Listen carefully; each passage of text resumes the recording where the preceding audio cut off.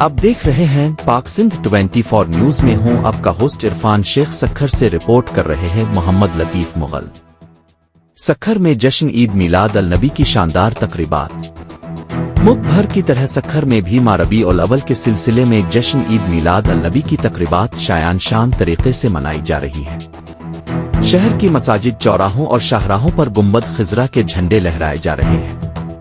गुज़िश्ता रोज पाकिस्तान सुन्नी तहरीक सक्खर की जानिब से जामे मुनव्वर मस्जिद स्टेशन रोड पर एक पुरवकार तकरीब मुनक्किद की गई, जिसके मेहमान खुसूसी पाकिस्तान सुन्नी तहरीक के मरकजी रहनुमा हजरत मौलाना नूर अहमद कासमी थे। तकरीब में अहल इलाका और आशिकान रसूल की बड़ी तादाद ने शिरकत की।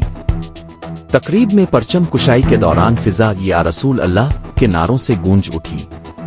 मौलाना नूर अहमद कासमी ने अपने खिताब में कहा कि नबी करीम की तालीमात पर अमल पैरा होकर पाकिस्तान को अमन का गहवारा बनाया जा सकता है और आपकी मोहब्बत नजात का जरिया है। उन्होंने मजीद कहा कि मिलाद अल नबी इंसानी उरूज का बाइस बना और उससे मुआशरती ऊंच नीच का खात्मा हुआ। उन्होंने उम्मत मुस्लिमा को तलकीन की कि वो रबीउल अव्वल को शायान शान तरीके से मनाते हुए अपने घरों और गिल्ली मोहल्लों को सजाएं और हुजूर अकरम की आमद की खुशियां मनाएं।